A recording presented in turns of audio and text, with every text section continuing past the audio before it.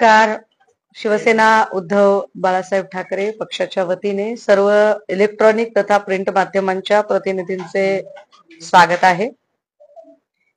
काही घटना आपल्या सोबत शेअर करण्यासाठी हा संवाद करत आहे।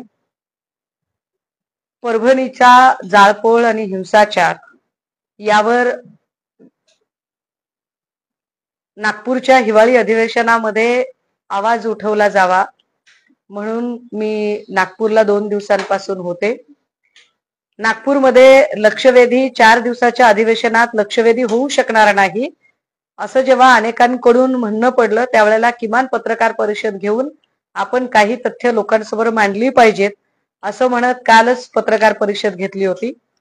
कालच्या पत्रकार परिषदेमध्ये परभणीची जी जाळपोळ झाली आणि जो हिंसाचार झाला त्याची तथ्य मांडली होती। ती तथ्य मांडताना पुन्हा एकदा हे सांगायला हवं की परभणीत ज्या दिवशी संविधानाची प्रत उद्ध्वस्त करण्यात आली होती त्याच दिवशी सायंकाळी 4:30 वाजता परभणी जिल्ह्याचे जिल्हाधिकारी, जिल्हा पोलीस अधीक्षक, ज्येष्ठ पॅंथर विजयदादा वाकोडे, रवी सोनकांबळे, यशवंत मकरन आणि अनेक चळवळीतले कार्यकर्ते होते, खेडकर वगैरे खूप सारे लोक होते, राजू सोनवणे, अशा सगळ्या लोकांनी एकत्रित येऊन लोकांना शांततेचं आवाहन केलं आणि उद्या आम्ही फक्त याचा निषेध म्हणून बंद पाळणार आहोत असं सांगितलं। पण त्याच वेळेला तिकडे बांगलादेशी हिंदूंच्या समर्थनार्थही मोर्चा होता। खरं तर पोलिसांनी यासाठी पूर्वप्रतिबंधात्मक सगळी काळजी घेणं अपेक्षित होतं, परंतु पोलिसांनी ती काळजी घेतली नाही, ज्याचा परिणाम असा झाला की एरवी कलेक्टर ऑफिस असेल किंवा एसपी ऑफिस असेल जिकडे 5 लोक सहजासहजी जाऊ शकत नाहीत तिकडे 500 लोक आरामात जातील इतकी भोंगळ व्यवस्था पोलिसांची होती। पोलिसांनी जाणीवपूर्वक हा तणाव वाढू दिला आणि आंबेडकरी अनुयायांच्या आडून निळे गमछे गळ्यात टाकून भलतीच माणसं परभणीमध्ये उतरली आणि या लोकांनी परभणीमध्ये तोडफोड केली, ज्याचं अजिबात समर्थन केलं जाऊ शकत नाही। परभणीतल्या छोट्या व्यापाऱ्यांचं नुकसान केलं, त्याचंही समर्थन केलं जाऊ शकत नाही। परंतु यानंतर स्वतःचा नाकर्तेपणा झाकण्यासाठी परभणीच्या मुंडा पोलीस स्टेशन मधले 3 पोलीस अधिकारी, यातलं क्रमांक 1 चं नाव आहे पोलीस निरीक्षक शरद मरे, पोलीस उपनिरीक्षक तुर्नर आणि एलसीबीचे पोलीस निरीक्षक श्री घोरबांड, या 3 लोकांनी कोम्बिंग ऑपरेशनच्या नावाखाली इतक्या वाईट पद्धतीची दहशत पसरवायला सुरुवात केली, गलिच्छ पद्धतीने मारहाण सुरू केली। या मारहाणीचा व्हिडिओ सोमनाथ सूर्यवंशी हा विधी शाखेचा विद्यार्थी रेकॉर्ड करत होता। हा विधी शाखेचा विद्यार्थी असल्यामुळे पोलिसांची जी अमानुष मारहाण चालली आहे त्याचे पुरावे असावेत यासाठी त्याचं रेकॉर्डिंग चालू होतं। तसं त्याने 14 तारखेला सांगितलेलं सुद्धा आहे आणि त्यानंतर त्याला पोलिसांनी ताब्यात घेतलं। आमचे व्हिडिओ रेकॉर्ड करतो का म्हणून त्याला अमानुष पद्धतीने मारहाण केली। 14 तारखेला खालच्या न्यायालयामध्ये त्याने त्याचं म्हणणं सांगितलं की 17 तारखेला म्हणजे आज 17 तारखेला आपला एक पेपर आहे लॉचा आणि आपल्याला लवकर जामीन मिळावा। यावर असं म्हणणं होतं की हा विषय सत्र न्यायालयाचा आहे, सत्र न्यायालयामध्ये आम्ही ती भूमिका मांडणार आहोत, त्यामुळे 16 तारखेला सत्र न्यायालयात विषय येईल। मात्र 15 तारखेलाच सोमनाथ सूर्यवंशीचा अमानुष मारहाणीमुळे पीसीआर नंतर जो त्याचा एमसीआर झालेला आहे त्याच्यामध्ये मृत्यू झाला। हा मृत्यू पोलिसांच्या मारहाणीमुळेच झालेला आहे हे आता पोलीस पोस्टमार्टम रिपोर्ट मध्ये सिद्ध झालं। पण एवढ्यावरही पोलीस थांबले नाही।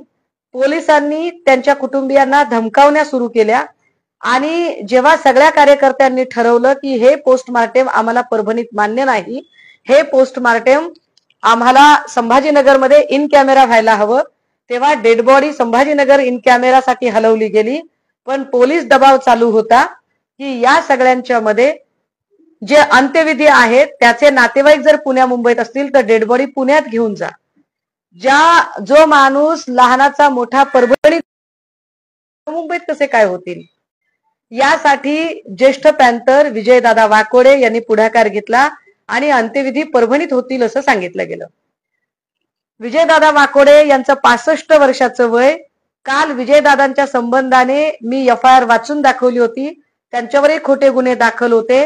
आणि काय आश्चर्य की अंत्यविधी चालत असताना या माणसाला एवढा तणाव येतो, उच्च रक्तदाबाचा त्रास सुरू होतो आणि अचानक विजयदादा वाकोडे यांचा काल संध्याकाळी मृत्यू झाला. पोलिसांचं हे अमानवीपण, ही दडपशाही किती वाईट असू शकते यावरही मी पुन्हा पुन्हा मांडणी करत होते. सभागृहाच्या आत आजही आमचे विधान परिषद सदस्य आणि उपनेते सचिन भाऊ आहिर ही सगळी मांडणी सभागृहाच्या आत करत आहेत. पक्षाच्या वतीने जे खालचं सभागृह आहे विधानसभा, तिथे भास्करदादा जाधव परभणीचा मुद्दा मांडायला घेत आहेत. हे सगळं चालू असतानाच मी हे प्रकरण लावून धरलेलं. मला माझी मुलगी 7 वर्षाची सोबत असल्यामुळे या मुलीला पुण्यात सोडावं सकाळी आणि विजयदादा वाकोडे यांच्या अंत्यसंस्काराला पुण्यात पोचावं म्हणून मी पहाटेची फ्लाईट घेण्यासाठी साधारणतः 3 वाजता मी घरातून निघालेली होते नागपूरमधून आणि मी 3:36 मी एअरपोर्टला पोहोचले होते. माझ्यासोबत ऍडव्होकेट स्मिता कांबळे ज्या समता सैनिक दलाच्या सक्रिय पदाधिकारी आहेत त्या मला सोडायला आल्या होत्या. एका व्यक्तीने ज्याची साधारण 6 फूट उंची आहे, समोरून अर्ध टक्कल आहे, ज्याचे एक गोलाकार असा कुंकाचा टिकला कपाळावर लावलेला, कानात बहुतेक त्याच्या इयरिंग असावं, पांढऱ्या रंगाचा शर्ट, तो बोलत होता. जनरली जर कुणी रागात बोलत असेल तर आपण त्याला रिप्लाय करताना थोडे अलर्ट मोडला असू, परंतु तो अतिशय हसून बोलत होता. त्यामुळे मी खूपच बेसावध. मी म्हटलं, दादा मी बोलते तुमच्याशी, मी जरा माझं आय कार्ड आणि तिकीट शोधत आहे. मी सिक्युरिटी गार्डच्या डिपार्चर गेटच्या क्रमांक 1 वर थांबलेली आणि मी माझं तिकीट आणि माझं आय कार्ड शोधत आहे. एवढ्या वेळामध्ये त्याने 2-3 हाका मारल्या, अहो ताई तुमच्याशी बोलायचंय, तुमच्याशी बोलायचंय. तर मला वाटलं कदाचित त्याला सेल्फी वगैरे घ्यायची असेल किंवा अजून काही बोलायचं असेल. म्हटलं दादा थांबा, मी 2 मिनिटांनी बोलते तुमच्याशी. आणि त्यानंतर हसत हसत त्याने, म्हणजे त्याचा चेहरा एकदम हसरा चेहरा होता, पण हसत त्याने बोलायला सुरुवात केली आणि तो म्हणाला, काय माज आलाय का? हिशोबात बोलायचं, नीट राहायचं. मला समजत नव्हतं की तो काय बोलतोय ते. मी पुन्हा एकदा काय म्हणालात तर त्याने, मी तेच सांगतोय तुम्हाला, नीट राहायचं, फार बोलायचं नाही, बोलणं कसं बंद करायचं आम्हाला कळतं. मला समजलं नाही त्याचं बोलणं आणि मी थोडीशी अग्रेसिव्हली, माझी लहान मुलगी सोबत आहे आणि पहाटेच्या वेळेला एअरपोर्टवर फार चहलपहल नाही, अशा वेळेला आपण काय करावं हे मला अजिबात सुचलं नाही. तेवढ्यातही मी डेअरिंग करून पुढे गेले आणि म्हटलं फार शहाणपण नाही करायचं, मलाही कळतं काय करायचंय ते. एवढ्या वेळात तो मागे सरकला. एअरपोर्टच्या गेट क्रमांक 1 चे जे सिक्युरिटी गार्ड होते, जे आपलं साधारणतः बोर्डिंग पास वगैरे चेक करतात आणि आपला आय कार्ड चेक करतात, त्यातला एक जण म्हणाला, ताई कोई लुक्का होगा, आप पीछे हटिये. नाही नाही दादा देखना होगा. एवढं म्हणतानाच तो गाडीमध्ये बसला. पांढऱ्या रंगाच्या इनोवा. बघता बघता ती इनोवा स्टार्ट झाली. जय श्रीरामचा त्याने घोषणा दिली. त्याने जितक्या जोरात जय श्रीरामची घोषणा दिली होती त्याच्या कदाचित दुप्पट आवाजाने, त्वेषाने माझा आवाज वाढला आणि मी जय भीम जय संविधानची घोषणा दिली. हे सगळं इतक्या वेगात घडलं, याच्यावर आपण लिहावं की लिहू नये असं मला खूपदा वाटून गेलं. मात्र जर उद्या काही अजून याच्यापेक्षा जर भयंकर घटना घडली तर आपल्याकडे पुराव्या दाखल गोष्टी असाव्यात, म्हणून मी ही समाज माध्यमावरून माहिती दिली. माझं अजूनही म्हणणं आहे, या ठिकाणचे सगळे सीसीटीव्ही फुटेज कलेक्ट केले जावे, कारण ती गाडी पुन्हाही थांबली होती. मी सकाळी ऍडव्होकेट स्मिता कांबळे यांना आत्ताही बोलायचा प्रयत्न केला. स्मिता कांबळे म्हणाल्या ती गाडी थांबली, ती थोडीशी पुढे जाऊन परत गेटवर थांबली होती. जशी स्मिता कांबळेंची गाडी तिथपर्यंत पोहोचली, त्यांनी स्मिता कांबळेकडे बघितलं. त्या माणसाच्या सोबतची 2 माणसं त्यांच्या गाडीजवळ गेली आणि ती म्हणाली की नहीं नहीं आपका कुछ नहीं था, आपका कुछ नहीं था, हमको उसको देखना था. ही सरळ सरळ म्हणजे एक दमन यंत्रणा आणि हे दबाव तंत्राचं राजकारण आहे. मी गेली 15-20 वर्ष चळवळीत काम करते, त्यामुळे अशा दबाव तंत्राला मी अजिबात भीक घालत नाही. अशा दबाव तंत्राचा माझ्यावर कसलाही परिणाम होणार नाही. जर कुणाला असं वाटत असेल की या दबाव तंत्राने मी घाबरून जाईल, किंवा जर कुणाचा असा समज असेल की अशा दबाव तंत्रामुळे मी माझं काम बंद करेल, तर असं होणार नाही. गेल्या 15 वर्षामध्ये मला कधी जिवंत जाळायचा प्रयत्न झालाय, कधी माझ्यावर विषप्रयोग झालाय, तर इंदोर मध्य प्रदेशमध्ये माझ्या गाडीवर हल्लेही झालेत. त्यामुळे माझ्यावरचे हे जीवघेणे हल्ले याच्या आधीही 3 ते 4 वेळा झालेले आहेत. आता सुद्धा रात्रीच्या या प्रकाराने मी घाबरलीये का, तर अजिबात घाबरलेली नाही. माझ्यासोबत लहान मुलगी असल्यामुळे निश्चितपणे मी ते प्रकरण शांतपणे हाताळण्याचा प्रयत्न केला, परंतु कुठल्याही दबावाला मी कसलीही बळी पडणार नाही. मी माझी भूमिका सातत्याने मांडत राहीन. परभणीच्या जाळपोळ हिंसाचार प्रकरणामध्ये ठरवून माणसं घुसवली गेली. हे जाळपोळ आणि हिंसाचाराला मंत्रिमंडळ विस्ताराची पार्श्वभूमी आहे. मंत्रिमंडळ विस्तारामध्ये रत्नाकर गुट्टे, मेघना बोर्डीकर आणि अजून शिंदे, भाजप आणि दादा या लोकांचे निवडून आलेले आमदार, ज्यांना कदाचित पालकमंत्री पदासाठी एकमेकांवर कुरघोड्या करायच्या असतील, या सगळ्या लोकांनी एकमेकांवर कुरघोड्या करण्यासाठी परभणीत तणाव निर्माण केला, हा माझा स्पष्ट आरोप आहे. आणि त्या सगळ्या कुरघोड्यांमधनं परभणी अशांत झाली. परंतु या सगळ्यांमध्ये नाहक बळी हा चळवळीतल्या चांगल्या लोकांचा गेला. सोमनाथ सूर्यवंशीची तर वेगळी चौकशी व्हावीच व्हावी, परंतु माझी पुन्हा मागणी असेल की यामध्ये शरद मरे, PI शरद मरे, PSI तुरनर आणि LCBचे PI घोरबान यांना तातडीने बडतर्फ करून यांची डिपार्टमेंटल चौकशी नाही तर स्वतंत्र पद्धतीची चौकशी व्हावी. राहिला प्रश्न मला धमक्या देण्याचा, माझ्यावर दबाव आणण्याचा, माझा आवाज बंद करण्याचा, भलेही रात्रीचा प्रकार हा परभणीशी संबंधित असो किंवा मी RSS आणि भाजपच्या विरोधातली जी थेटपणाने भूमिका घेते त्या थेटपणे घेतलेल्या भूमिकेच्या संबंधाने असो, मी माझ्या भूमिका बदलणार नाही. मी माझी आयडिओलॉजी बदलणार नाही. मी माझ्या म्हणण्यावर ठाम आहे आणि या सगळ्या दडपशाहीच्या, दमनशाहीच्या विरोधात, अगदी EVMच्या विरोधातला लढाही मी माझा चालू ठेवेल. मी पुन्हा एकदा एवढंच सांगेल की माझ्यासाठी पॉलिटिकली करेक्ट राहण्यापेक्षा सुद्धा सोशली करेक्ट राहणं अधिक महत्वाचं आहे. मी माझं सोशली करेक्ट राहणं आणि माझ्या तत्वांशी प्रामाणिक असणं अजिबात सोडणार नाही.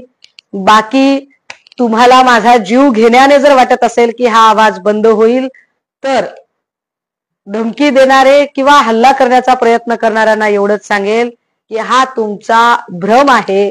या भ्रमातनं शक्य तेवढं बाहेर या.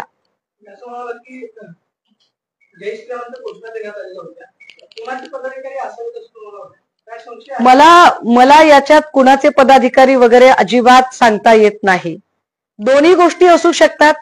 कदाचित त्या फ्लाईटला एखाद्या अधिवेशनाचा काळ आहे, त्यामुळे त्याच फ्लाईटला कुणातरी एखाद्या बड्या नेत्याला सोडायला आलेली गाडी असू शकते, किंवा मी जाणार आहे याची कल्पना तर अनेक लोकांना असू शकते, त्यामुळे ती गाडी आधीही थांबलेली असू शकते. पांढऱ्या रंगाच्या इनोवा मधून आलेला माणूस, ज्याच्या अंगावर पांढरा शर्ट होता, ज्याचं समोरून अर्ध टक्कल आहे, ज्याच्या डोक्यावरती गोलाकार कुंकाचा एक टिकला होता आणि जो खिशात हात घालून अत्यंत हसत तो थ्रेट देण्याचा प्रयत्न करत होता.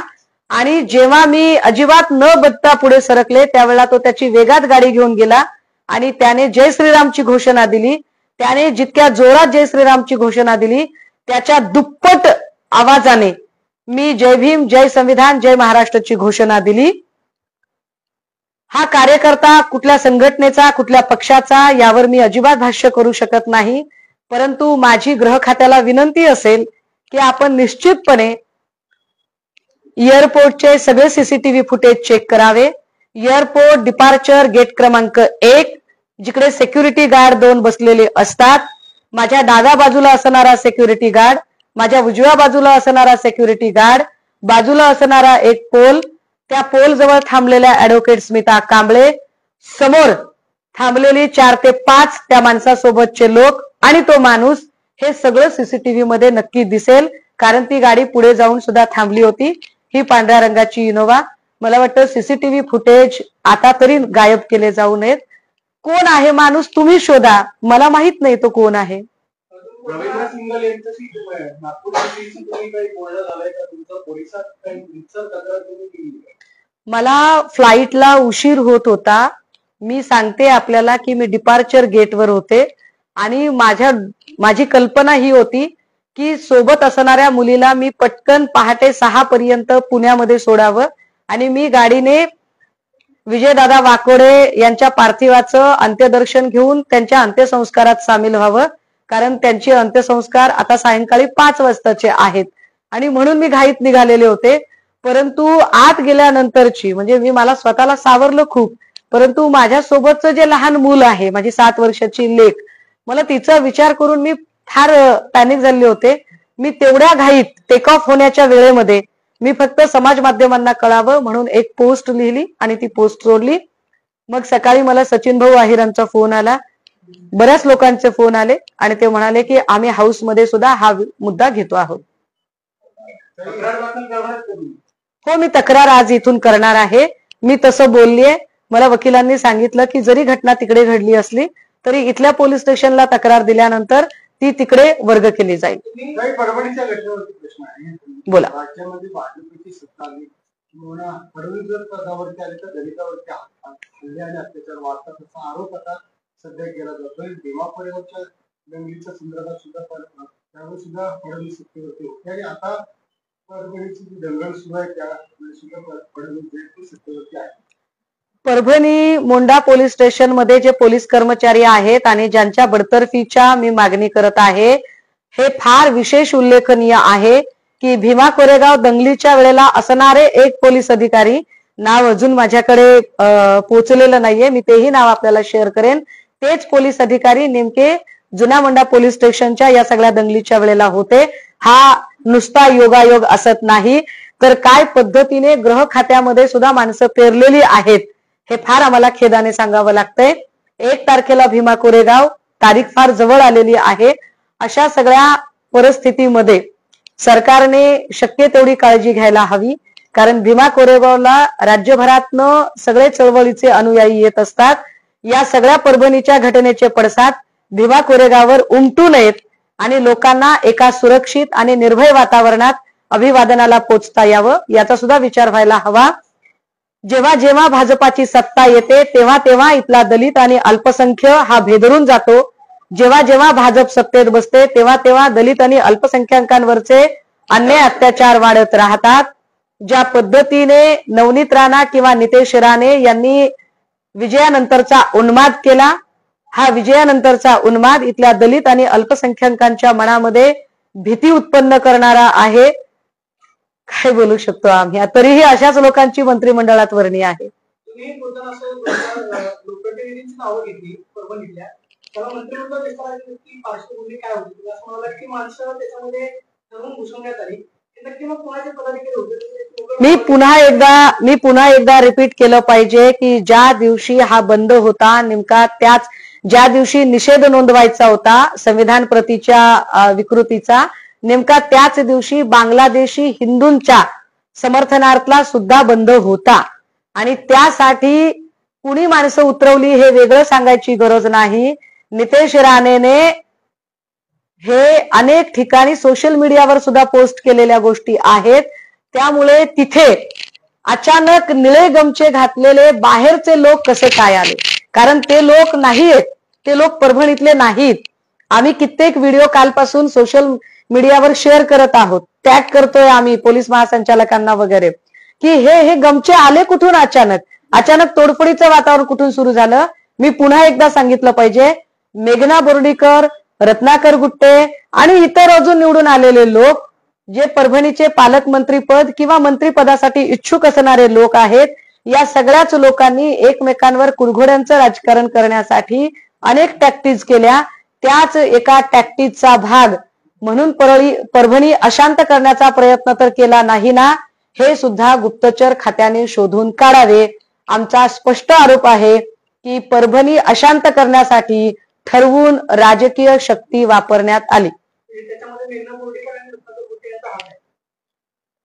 मेघना बोर्डीकर, रत्नाकर गुट्टे किंवा अजून जे निवडून आलेले लोक आहेत, याच्यात तर स्पष्ट आहे ना की मेघना बोर्डीकर यांना मंत्रिमंडळामध्ये आता जागा मिळालेली आहे.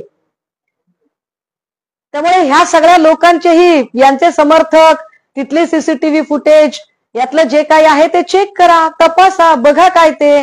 तुम्ही निष्कारण निष्पाप असणाऱ्या लोकांवर ज्या 3 FIR आहेत, मी त्या FIR आपल्याला शेअर करते, त्याच्या सॉफ्ट कॉपीज. या FIR मध्ये जी नावं आली आहेत, विजय वाकोडे, कालच निधन झालं त्यांचं, 65 वर्ष वयाचा माणूस, जो शांततेचं आवाहन करत होता. पोलिसांनी त्यांच्यावर खोटा गुन्हा टाकला, कारण पोलिसांनाही माहिती आहे आणि परभणीतल्या लोकांनाही माहिती आहे, विजय वाकोडेंवर जर हात टाकला तर अख्ख्या परभणीमध्ये अस्वस्थता होते. त्या विजय वाकोडेंवर हात टाकायचा प्रयत्न झाला, त्यांचं काल निधन झालं अचानक. याला जबाबदार कोण? विजय वाकोडेचा एका अर्थाने बळी घेतला या लोकांनी. इथल्या व्यवस्थेने पॅन्थर विजय वाकोडेंचा खून केला असं आम्हाला म्हणायचं आहे. हे सगळं का केलं गेलं? परभणी ठरवून का अशांत केली गेली?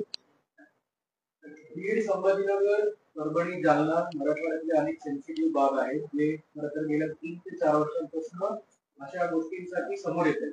जाणून बुजून कोणीतरी मराठवाडा पेटवून आणि त्याबरोबरच राज्य अशांत करण्याचा प्रयत्न होतोय असं वाटतं. मराठवाडा हा अत्यंत संवेदनशील भाग आहे. मराठवाडा मुक्तीसंग्रामाच्या काळापासून ते संयुक्त महाराष्ट्राच्या लढ्यापासून ते नामांतराची चळवळ असेल किंवा अजून काही घटना असतील, मराठवाडा हा अतिसंवेदनशील एरिया आहे. पण मराठवाड्यात ज्या पद्धतीने मागच्या काही दिवसांमध्ये घटना घडत आहेत, विशेषतः मस्साजोगमध्ये संतोष देशमुख सरपंच यांची हत्या होणं असेल आणि ती हालहाल करून झालेली हत्या, किंवा अंबडमध्ये ज्या पद्धतीने एक मुलांचं रॅकेट पुढे आलं आणि मुलींचे अश्लील व्हिडिओ करून त्यांना ब्लॅकमेल करणं, ज्यात एका मुलीने आत्महत्या केली, परभणीची ही घटना, हे सगळं जर बघितलं तर ठरवून या सगळ्या प्रकारामध्ये मराठवाड्याला अशांत करणं आणि आपली पोळी भाजून घेणं हा प्रयत्न केला जातोय का? की इथल्या एकूण चळवळीत सगळ्या दडपून काढायच्या, किंवा ईव्हीएमच्या विरोधात लोकांच्या मनातला जो राग आहे, लोकांचं स्पष्ट म्हणणं आहे की हे सरकार जनमताच्या कौलानुसार आलेलं नाही, हे सरकार ईव्हीएमच्या आशीर्वादाने आलेलं आहे. त्या ईव्हीएम वरून लोकांचं लक्ष हटवण्यासाठी जाणीवपूर्वक मराठवाडा पेटवला जातोय का? हे सुद्धा विचार करण्यासारखं आहे. राजकीय प्रश्न आहे. छगन भुजबळांना मंत्रिमंडळामध्ये स्थान मिळालं नाही. ओबीसीच्या हक्कांसाठी छगन भुजबळांनी गेल्या 2 वर्षामध्ये राज्यामध्ये काम केलं पाहिलं. भुजबळ असं म्हणतात की माझ्या पक्षात माझ्या आवडीचा झाली, आता मंत्रिपदाचं काय करायचं, तुला राज्यसभेवरती पाठवलं, राष्ट्रपती सुद्धा चर्चा आहे. छगन भुजबळांना का धरण्यात आलं? राजकीय अर्थ काय करतो? खरं तर कुणाला मंत्री पद द्यावं आणि कुणाला देऊ नये हा मला वाटतं सत्ताधाऱ्यांचा अत्यंत अंतर्गत विषय आहे. परंतु भुजबळ साहेब हे चळवळीतलं नाव आहे. त्यामुळे जेव्हा भुजबळ साहेबांचा विषय येतो त्यावेळेला निश्चितपणे तो विषय फक्त एका पक्षापुरता राहत नाही. मला असं वाटतं की मराठा ओबीसी वादाचा नाहक बळी भुजबळ साहेब खरंच गेलेले आहेत. आणि भुजबळ साहेबांची एकूण मांडणी ही भुजबळ साहेबांना, म्हणजे पॉलिटिकली करेक्ट राहण्यापेक्षा सोशली करेक्ट राहणं हे भुजबळ साहेबांना नडलं की काय अशी परिस्थिती. बिकॉज भुजबळ साहेब हे मोस्ट डिझर्विंग कॅन्डिडेट होते, हे प्रत्येक जण मान्य करतील. या सगळ्या मंत्रिमंडळात ज्यांना मंत्रिपद मिळालं त्यांच्याबद्दल मी आनंदी आहे, ते भरत गोगावले. मला वाटतं की फार तरसून मंत्रिपद मिळालं, सो मला त्यांच्याबद्दल आनंद आहे. पण ज्यांना मिळालं नाही अशा लोकांमध्ये मला खूप आश्चर्य वाटतंय की संजय कुटे सारख्या माणसाला मंत्रिपद मिळालं नाही. सुधीर मुनगंटीवार डावलले गेले. कदाचित सुधीर मुनगंटीवारांनी जे मुख्यमंत्री पदाची लालसा बाळगली आणि स्वतंत्रपणे ते जाऊन भेटले हायकमांडला, कदाचित ते प्रकरण त्यांच्या अंगाशी आलं असावं. गोपीचंद पडळकरांना मंत्रिपद मिळेल असं मला वाटलं होतं, पण पडळकरांच्या नावे म्हणजे महाराष्ट्रामध्ये पवारांच्या संबंधाने असंतोष पेरण्यासाठी पडळकरांचा अक्षरशः वापर झाला. पवारांच्या संबंधाने असंतोष पेरण्यासाठी सगळीकडून पडळकरांना तोफेच्या तोंडी देण्यात आलं. परंतु लाभाचं पद देताना मात्र पडळकर बाजूला केले गेले. अगदी त्याच वेळेला ठाकरे कुटुंबाच्या बद्दल एकही शब्द न उच्चारणाऱ्या अर्जुन खोतकरांच्या पदरात काहीच पडत नाही. मात्र ठाकरेंच्या बद्दल सकाळी झोपेतून उठल्यापासून रात्री झोपेपर्यंत बोलणारे नितेश राणे किंवा संजय शिरसाट सारखे वाचाळ लोक, अशा लोकांना मंत्रिपदामध्ये वर्णी मिळते. याचा अर्थ ठाकरेंवर बोलल्यानंतर किंवा ठाकरेंवर बोलण्याची बक्षिशी म्हणून काही लोकांना मंत्रिपद मिळाली, तर काहींना पवारांवर बोलण्याचं पनिशमेंट मिळाली की काय, अशी सुद्धा परिस्थिती. पण संजय कुटे, पडळकर, अर्जुन खोतकर किंवा सुधीर मुनगंटीवार या सगळ्या लोकांच्या बद्दल आणि विशेषतः छगन भुजबळ साहेबांच्या बद्दल मला निश्चितपणे आश्चर्य वाटतं की ह्या लोकांचा समावेश कसा झाला नाही. तानाजी सावंतांचा मंत्रिमंडळात समावेश होऊ नये यासाठी मी स्वतः 3 दिवसांपूर्वी पत्रकार परिषद घेतली होती. तानाजी सावंतांनी आरोग्य मंत्री असताना बनावट औषध घोटाळा असेल, अँब्युलन्स खरेदी प्रकरण असेल किंवा आरोग्य खात्याशी संबंधित वेगवेगळ्या सेवा सुविधा असेल, यातले जो भ्रष्टाचार आहे, या भ्रष्टाचाराची अनेक प्रकरणं आम्ही पत्रकार परिषद घेऊन मांडली होती. ज्या माणसाच्या काळात एवढं मोठं चेंगराचेंगरीचं प्रकरण घडतं किंवा घाटी, कळवा, नांदेड अशा अनेक रुग्णालयामध्ये रुग्णांचे औषधाअभावी मृत्यू होतात, इतका बेजबाबदार माणूस मंत्रिमंडळात असू नये, त्यांच्या जोडीने अन्न औषध प्रशासन खात्याचे धर्मराव बाबा आत्राम अशी माणसं असू नयेत, यासाठी आम्ही स्वतः पत्रकार परिषद घेतली होती. त्यामुळे तानाजी सावंत किंवा धर्मराव आत्राम यांच्याबद्दल मला अजिबात खेद वाटत नाही.